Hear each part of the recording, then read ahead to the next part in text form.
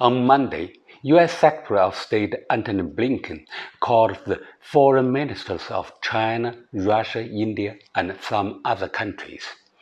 During his call with Chinese State Councilor Wang Yi, he hoped that China would play an important role in achieving an orderly transfer of power in Afghanistan and establishing an inclusive government.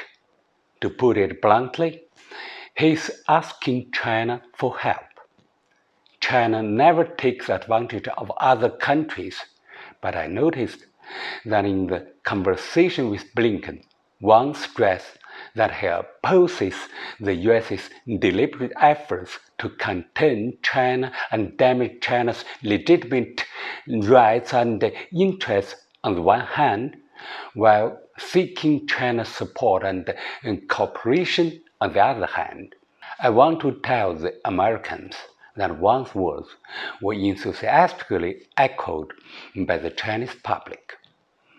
The U.S. has publicly stated that it wants to compete with China when it is in competition, cooperate when it can cooperate, and confront when it needs to be confronted. This mandate actually limits cooperation with China to the scope of one-way benefits for the U.S. Most Chinese now believe that China should never accept US's so-called cooperative logic. When it comes to the US, we cannot requite injustice with kindness.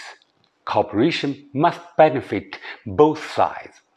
If it is more beneficial to the US side, we must negotiate terms with it and ask it to make concessions in other areas to return China's goodwill.